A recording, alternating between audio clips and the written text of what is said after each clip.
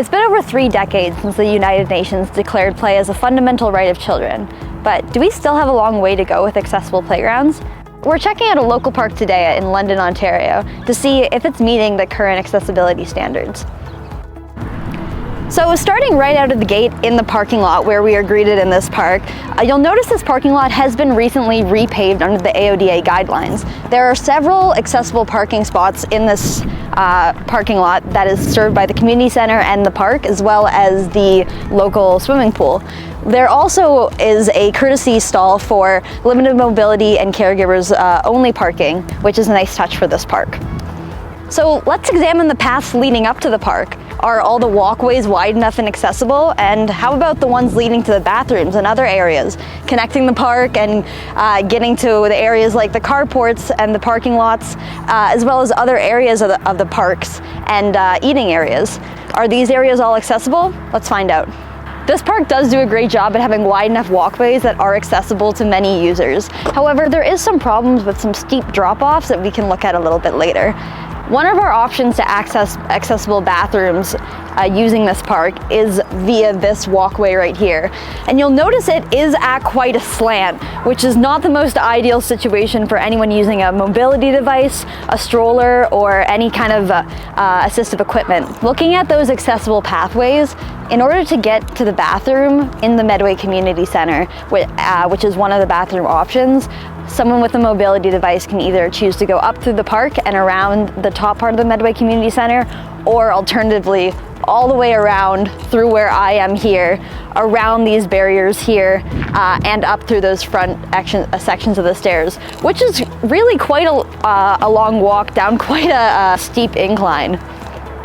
Like I said, the walkways in this park connect every aspect of this park, from end to end at the aquatic center, the Medway Community Center, the parking lots, the splash pad, and everything in between. However, when it comes to what this park is actually made of, what the park has been embedded on, AODA standards say that it has to be set on a firm foundation, but there's some ambiguity in what that actually means. So wood chips do count as a firm foundation, but when it gets muddy and slushy here, this firm foundation does tend to have canes, wheelchairs, strollers to sink in, but this does count as a firm foundation under AODA standards. And you'll notice right here, there is quite a steep drop off, and even though the curb does come down to accommodate for that rise, someone using a mobility aid would have quite a hard time getting over this hump without any sort of assistance.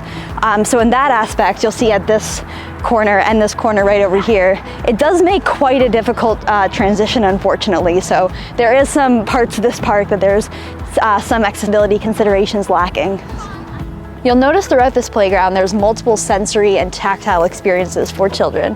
Autistic children, children with vision differences, and blind children really love these features as they added another tactile element into their play.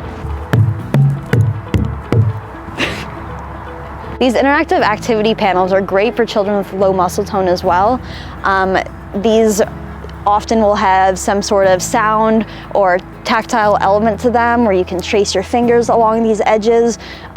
So they're really amazing for anyone, but especially children who might be tired from more of the bigger gross motor play activities.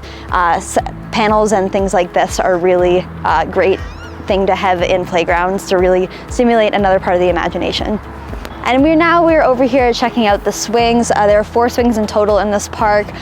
2 of them are these open chain swings, and then we also have a child swing, and then a locking larger swing as well. So there's a lot of different options that are accessible to everyone in terms of swings, which is very nice to see.